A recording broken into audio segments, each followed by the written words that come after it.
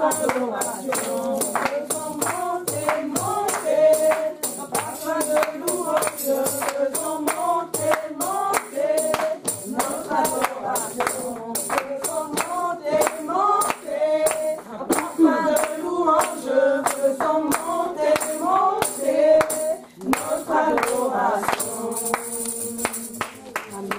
Amen, amen. Est-ce qu'on peut acclamer l'Éternel, notre Dieu? Veuillez vous asseoir, bien-aimés dans le Seigneur. Amen. Nous sommes des privilégiés, amen. Amen. La Bible dit que les séraphins louent l'Éternel jour et nuit. Quelqu'un a déjà essayé cela? Louer Dieu jour et nuit. Amen, amen. Donc, lorsque l'occasion nous est donnée au niveau du jour que l'Éternel a mis à part, vraiment, que tu le loues, que tu l'adores, que tu le chantes, vis cela comme si tu étais en sa présence. Amen. Comme si tu étais devant le trône de sa majesté, le trône de sa gloire. Que le nom du Seigneur soit béni. Amen. Amen. Le psalmiste nous a dit, ce ne sont pas les morts qui loueront l'Éternel. Ce ne sont pas ceux qui descendent au séjour des morts qui pourront louer l'Éternel. Mais ce sont les vivants. Amen. Amen. Tant que tu es vivant, tant qu'il y a le souffle de Dieu en toi, loue l'Éternel. Bénis l'Éternel. Proclame sa bonté, sa fidélité. Amen. Amen. Bien-aimés, nous avons entendu les annonces. Nous avons des événements qui sont proches. Nous voulons dire merci à Dieu pour le choix du thème. Rassurez-vous, c'est Dieu qui l'a choisi. Amen, amen. Amen. Et Dieu nous aime. Donc, dans notre vie. Et nous sachions aussi notre propre place à nous dans la maison de Dieu, ce que Dieu attend de nous et ce que Dieu veut de notre part. Amen. Amen. Il y a certaines personnes, que ce soit du monde ou non, ils savent la place que la télévision occupe dans leur cœur et dans leur vie. De telle sorte que le jour où la télé est en panne, vous avez l'impression d'assister à un deuil. En regardant juste ne serait-ce que le visage. Et surtout si la personne a une émission ou un film que la personne aime beaucoup. Mais cette télé, est-ce aujourd'hui qu'elle a trouvé pour tomber en panne? Ça, c'est le diable. Bien-aimés dans le Seigneur, quels sont nos choix dans notre relation avec l'Éternel? Aujourd'hui, l'Éternel nous dit qu'il a perdu la première place dans le cœur de son peuple. Pas simplement au niveau de l'Église protestante Bethel, mais de façon générale. Plusieurs chrétiens sont devenus des chrétiens tièdes, refroidis. On a l'impression qu'ils sont enfermés dans des cages ou dans des prisons. Dieu a perdu la première place dans le cœur de son peuple. Si Dieu n'a plus la première place, qui occupe la première place dans ton cœur? Au fond, qui est Dieu pour toi? Quand vous poserez cette question à certains chrétiens, ils vous diront, mon papa m'avait dit, ou ma maman m'avait dit ceci. Mais qu'est-ce que Dieu t'a dit lui-même directement par rapport à qui il est? Il est important que tu reçoives toi-même personnellement la révélation de Dieu. Il y a un texte qui nous a marqué. Lorsque nous sondons les Écritures, c'est le texte de l'eunuque éthiopien. Dans le livre des Actes, Dieu envoie Philippe à sa rencontre. Malgré son titre, parce que c'est quelqu'un qui occupait une place importante dans la cour de la reine. Malgré son titre, il était d'une humilité totale. Il avait cette disposition de cœur. Et lorsqu'il a entendu la parole, il a dit, mais qu'est-ce que l'on attend pour être baptisé? C'est ce qu'il a dit à Philippe. Bien-aimé dans le Seigneur, est-ce que le feu du Christ brûle-t-il encore dans ton cœur ou dans ta vie? Il y a certaines personnes aujourd'hui, c'est la nourriture qui a occupé la première place. Ils sont prêts à se fâcher contre mon vent, marée à cause de la nourriture. Bien-aimés dans le Seigneur, il y a plusieurs ministres aujourd'hui, certains sont appelés et d'autres non, dans le cœur desquels Dieu n'occupe plus la première place. Bien-aimé, si Dieu n'occupe pas la première place dans ton cœur, comment veux-tu être le premier? Si Dieu occupe la première place, tu seras le premier. Mais s'il n'occupe pas la première place, je ne sais pas quel rang tu occuperas. Mais ce qui est sûr, ça ne sera pas le premier. Nous comprenons la profondeur de Deutéronome 28. Si tu obéis à l'Éternel ton Dieu, si tu le crains, l'Éternel fera de toi la tête et non la queue. Il fera de toi le premier, non le dernier. Bien-aimé, la parole de Dieu, elle est éternelle. Et personne ne peut la changer. Les chrétiens n'ont plus la crainte de Dieu. Je me rappelle le mercredi dernier à Strasbourg, on abordait un thème sur la Bible concernant cet homme qui a apporté des prémices au prophète Élisée. Et je faisais un parallèle avec les chrétiens aujourd'hui. Je disais, aujourd'hui, les chrétiens n'accordent plus aux ministres la place qui leur est due. Il y a des règles, il y a des principes dans la parole de Dieu sur ce que le peuple est appelé à faire vis-à-vis des ministres de Dieu. Et lorsque cette parole est sortie, il y a une sœur qui a dit, mais non, pasteur, c'est ici, en métropole, qu'il n'y a plus ça ici en métropole.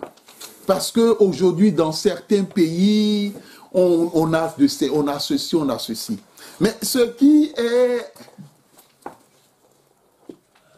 fou dans l'histoire, c'est que la sœur qui parle, elle-même, comme le dit la Bible, n'a pas regardé la paille qui est dans son œil, avant de chercher à prendre la poutre qui est dans l'œil de l'autre personne. Bien-aimés dans le Seigneur, les gens ne craignent plus aujourd'hui les ministres établis par Dieu. Or, Dieu a utilise et continue d'utiliser ses ministres par des révélations, des guérisons, des délivrances, des restaurations d'âme, des miracles. Pourtant, face à la révélation du songe, bien-aimé de Nabuchodonosor, et de son interprétation, il y a eu quelque chose qui s'est passé. Nous allons lire dans le texte de Daniel 2, 36 à 49. Je lis la parole du Seigneur dans Daniel 2, 36 à 49. Voilà le songe. Nous en donnerons l'explication devant le roi.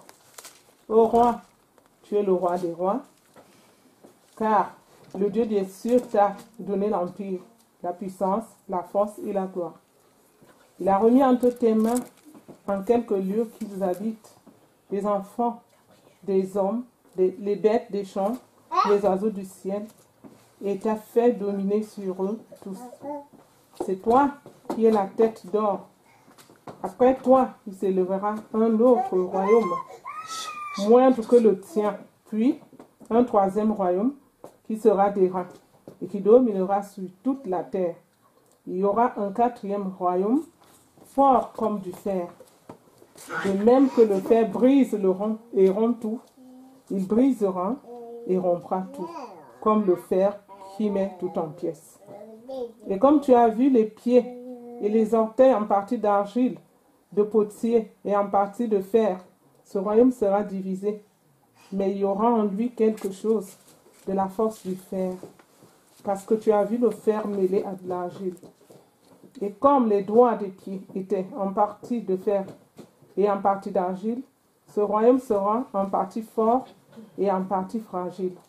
Tu as vu le fer mêlé avec de l'argile, parce qu'ils se mêleront par des alliances humaines. Mais ils ne seront point unis l'un à l'autre, de même que le fer ne s'allie point avec l'argile. Dans le temps de ces rois, le Dieu des cieux suscitera un royaume qui ne sera jamais détruit et qui ne passera point sous la domination d'un autre peuple. Il brisera et détruira tous ces royaumes-là. Lui-même subsistera éternellement.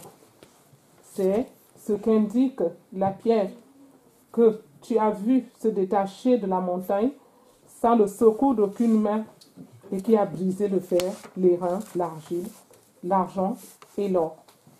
Le grand Dieu a fait connaître au roi ce qui doit arriver après cela.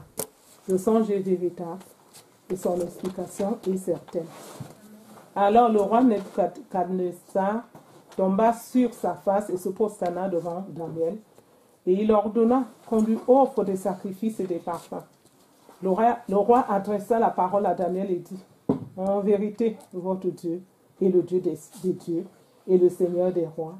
Et il révèle les secrets, puisque tu as pu découvrir ce secret. » Ensuite, le roi éleva Daniel et lui fit de nombreux et riches présents. Il lui donna le commandement de toute la province de Babylone et l'établit chef suprême de tous les sages de Babylone. Daniel pria le roi de remettre l'intendance de la province de Babylone à Shadrach, Meshach et Abednego. Et Daniel était à la cour du roi. Amen. Amen. Amen, amen. Amen.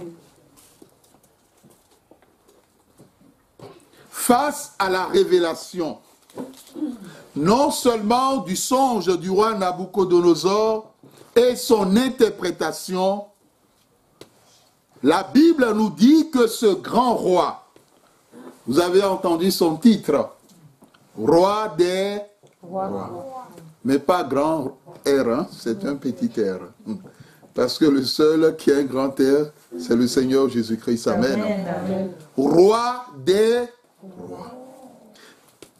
Nabuchodonosor est un roi très puissant et qui a existé dans ce monde. Il y a même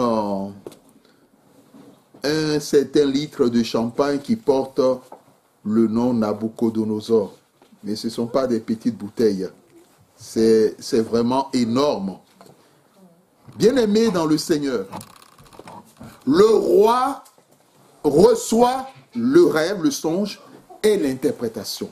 Et quand il entend l'explication de Daniel,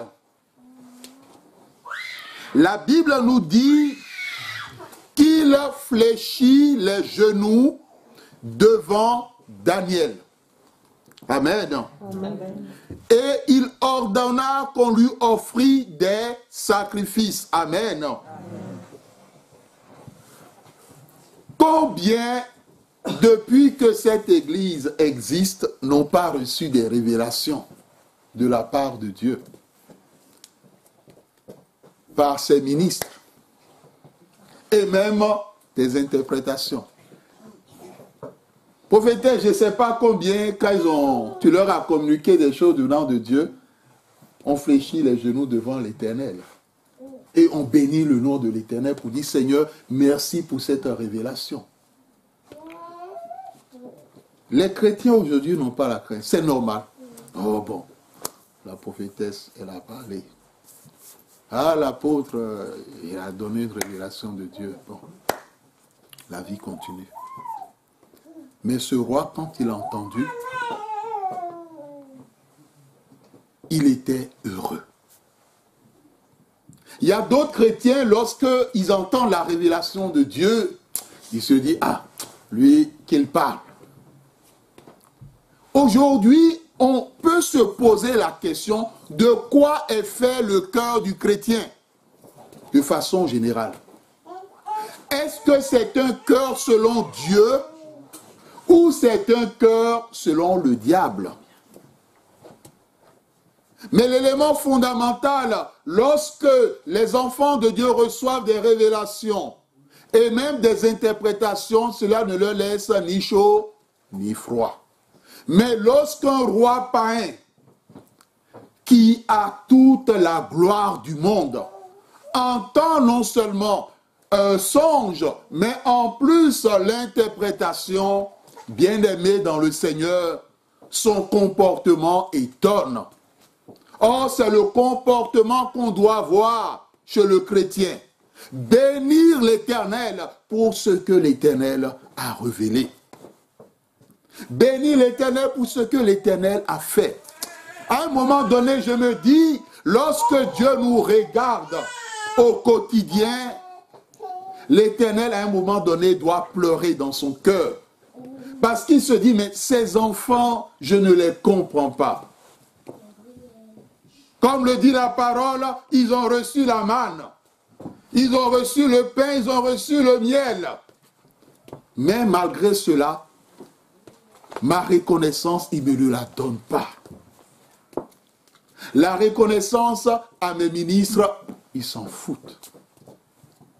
Bien-aimés dans le Seigneur. Qu'est-ce que le roi Nabuchodonosor a fait pour ce qui s'est passé? On a entendu le texte. Qu'est-ce qu'il a fait au niveau de Daniel? Après avoir offert des sacrifices, qu'est-ce qu'il a fait d'autre?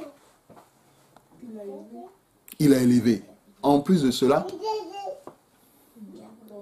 mais le texte est là. Qu'est-ce qu'il a fait? Ça, il ne s'est pas arrêté là. Le verset 48. Quelqu'un pour nous le lire? Ensuite, le roi éleva Daniel et lui fit de nombreux et riches présents. Il lui donna le commandement de toute la province de Babylone et l'établit chef suprême de tous les sages de Babylone. Amen. Amen, amen. Je disais ce matin, certains chrétiens, lorsqu'ils ont fait quelque chose pour Dieu, ou bien lorsqu'ils ont fait quelque chose pour un ministre de Dieu, en tout cas cela est rare, mais ça existe. Lorsqu'ils l'ont fait, ils vont se dire, bon, le chrétien apporte, nous donnons un exemple, 20 € à Dieu. C'est un exemple. Mais le chrétien peut faire plus, mais il se limite à cela. Et en se limitant à cela, il se dit, mais j'ai déjà trop fait. À plus forte raison, lorsque le chrétien apporte quelque chose à un ministre de Dieu. Ça, c'est rare, hein, comme on l'a déjà entendu. Il va se dire, bon, je lui ai déjà donné ceci. Je pense que ça va déjà. Je n'ai pas besoin d'ajouter encore bien de faire plus. Bien aimé, nous avons dans ce texte, la Bible est claire. La parole de Dieu est claire. On a dans ce texte un roi, d'abord. Et deuxièmement, un païen, quelqu'un qui ne connaît pas Dieu. Et la parole de Dieu nous enseigne une chose qui est fondamentale. Ce roi a fait ce que un chrétien aujourd'hui ne fait pas ou bien ne fera jamais. Il a multiplié des bonnes actions vis-à-vis de Daniel. Il ne s'est pas arrêté parce que son cœur a été touché. Il a laissé la parole de Dieu, il a laissé la révélation de Dieu toucher son cœur. Voyez tout ce qu'il a fait. Parfum, sacrifice, élévation, de nombreux présents et richesses, le commandement de toute la province de Babylone, établissement chef suprême de tous les sages de Babylone. Et quand le roi agit ainsi, quelle a été l'attitude de Daniel? Dans le verset 49. Daniel a pensé à ses amis. Amen, amen. Amen. Combien pensent aux autres? Combien parmi nous pensent aux autres? Tu exerces dans un boulot, dans un métier. Et il y a une opportunité. Ah, on recherche telle personne, on recherche telle personne. Pas à ton frère, pas à ta soeur pour dire, ah, dans mon boulot, on recherche telle personne qui a tel qualificatif, tel qualificatif. Ah, si ça t'intéresse, dépose le CV.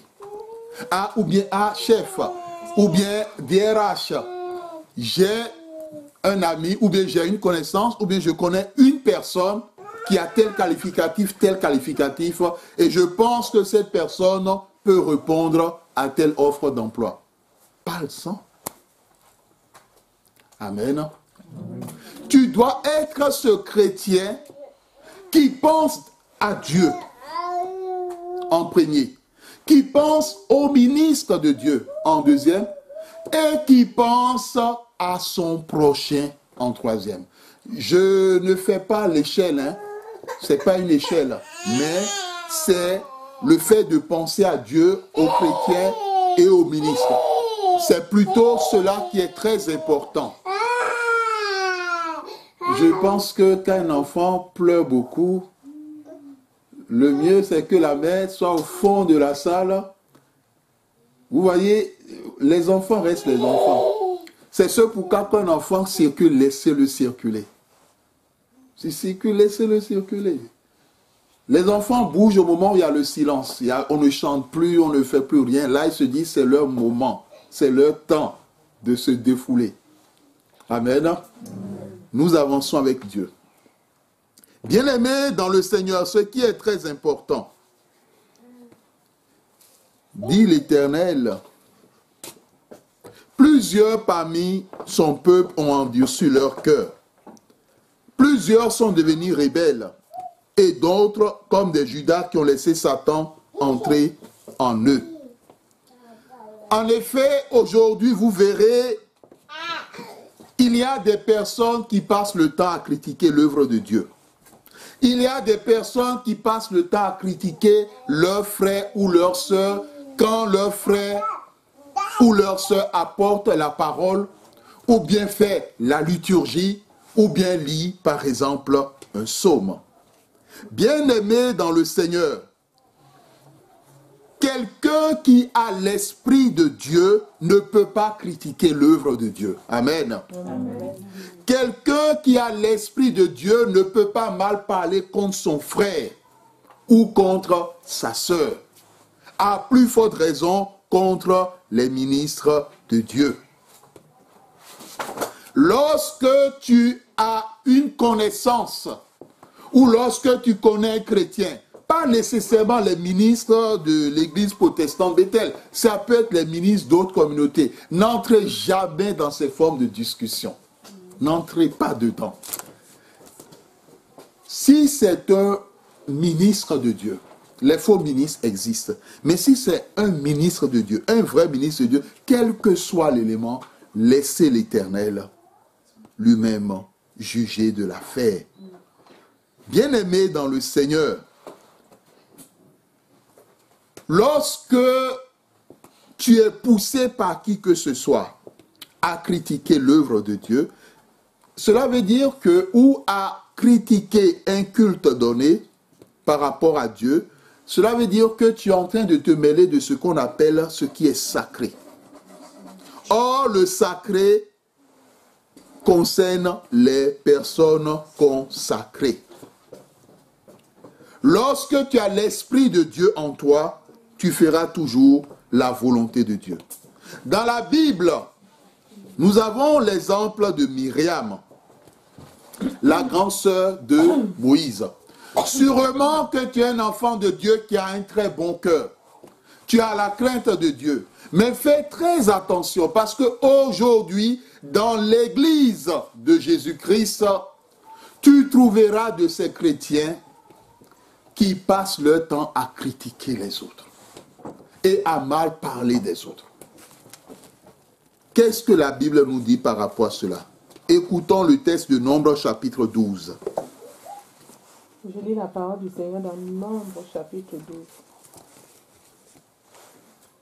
Marie et Aaron parlèrent contre Moïse au sujet de la femme éthiopienne qu'il avait prise, car il avait pris une femme éthiopienne. Ils dirent, est-ce seulement par Moïse que l'Éternel parle? N'est-ce pas aussi par nous qui parle? Et l'Éternel l'entendit. Or, Moïse était un homme fort patient, plus qu'aucun homme sur la face de la terre. Soudain, l'Éternel dit à Moïse, à Aaron et à Marie, allez, vous trois, à la tente d'assignation. Et ils y allèrent tous les trois. L'Éternel descendit dans la colonne de nuée, et il se tint à l'entrée de la tente. Il appela Aaron et Marie, qui s'avançaient tous les deux. Et il dit, écoutez bien mes paroles. Lorsqu'il y aura parmi vous un prophète, c'est dans une vision que moi, l'Éternel, je me révélerai à lui. C'est dans un songe que je lui parlerai. Il n'en est pas ainsi de mon serviteur Moïse. Il est fidèle dans toute ma maison. Je lui parle bouche à bouche. Je me révèle à lui sans énigme.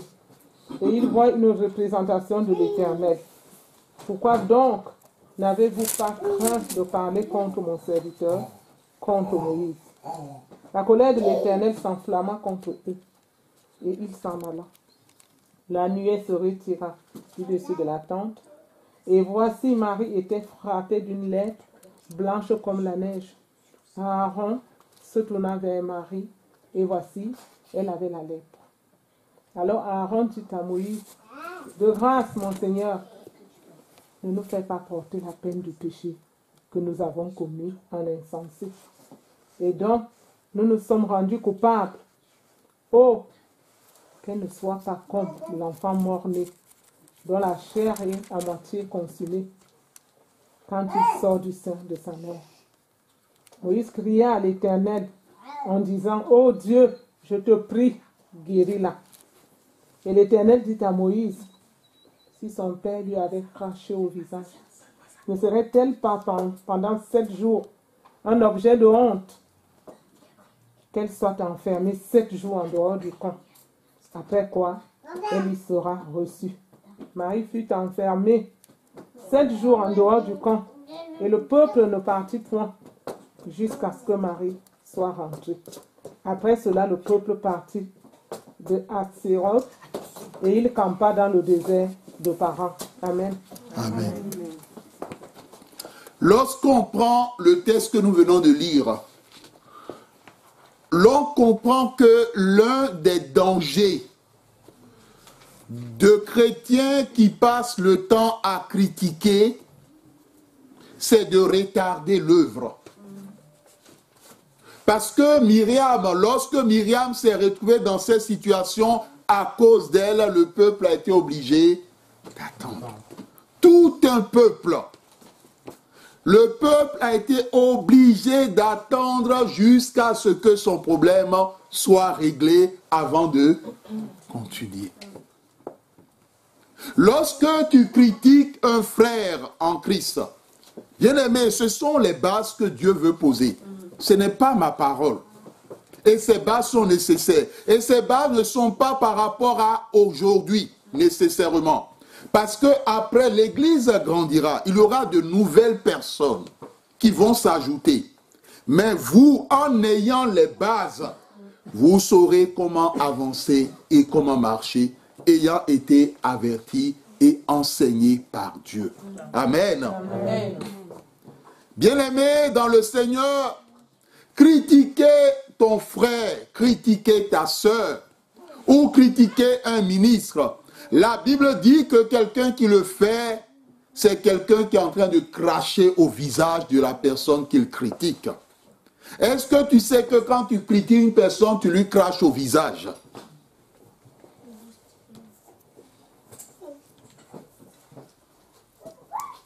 Tu fais partie de ceux qui critiquent les autres? J'espère que non. Hein?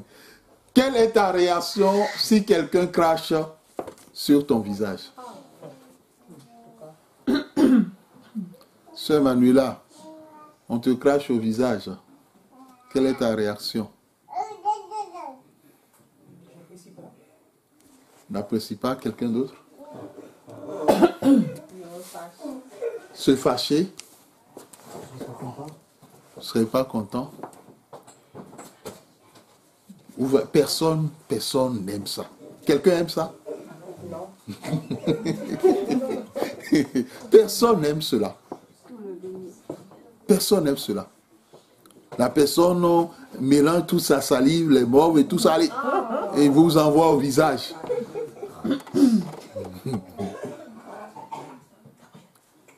Bien-aimé dans le Seigneur, la Bible dit, lorsque tu critiques une personne, c'est ce que tu fais à la personne. Tu lui craches au visage. Non seulement tu lui craches au visage, mais tu fais de cette personne un objet de honte. Cela veut dire tout simplement que lorsque cette personne passe, ceux qui le critiquent, ou bien ceux qui étaient là quand on l'a critiqué, le regarderont avec un autre œil. Le regarderont, bien la regarderont différemment. Bien-aimés dans le Seigneur, nous devons faire attention. Tu peux être quelqu'un qui ne critique pas, mais fais attention. Satan enverra toujours une personne pour te faire entrer dans cette conciliabule. Ah, est-ce que tu as vu, Lorsqu'on parle des choses de Dieu, de l'œuvre de Dieu, du sacré, ce n'est pas une histoire de famille, de la chair et du sang. Ce n'est pas une histoire de grande sœur, de grand frère, de plus âgé ou bien de plus petit. Mais il s'agit d'une histoire de Dieu et de sacré. Amen. Amen. Amen. Même si Dieu établit ton épouse dans une responsabilité, ne dis pas, non, c'est moi l'homme. C'est moi l'homme. Je ne sais pas si vous avez déjà entendu ça. Moi, j'ai déjà entendu. C'est moi l'homme. Ça veut dire que c'est lui qui décide. Nous devons faire attention. Myriam est la grande sœur de Moïse. Mais elle n'est pas arrivée à faire la part entre ce qui est sacré et ce qui n'est pas. Elle n'avait pas compris que dans l'histoire de Dieu, il n'y a ni grand frère, ni aîné, il n'y a rien de tout cela. Il y a la parole de Dieu, il y a la volonté de Dieu, il y a l'œuvre de Dieu. Et elle a commencé à critiquer. On ne pouvait pas s'attendre à cela. Au contraire, on dira la grande sœur soutient son frère. Normalement, c'est ce qui doit être. Peut-être que vous avez déjà eu des grandes sœurs, des grands frères qui vous mettaient le couteau dans le dos. Cela existe.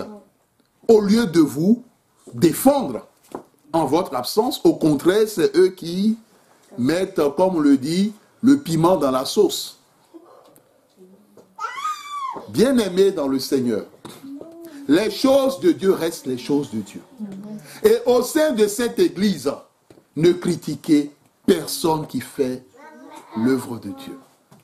Ne le faites pas. Parce que le sacré reste le sacré.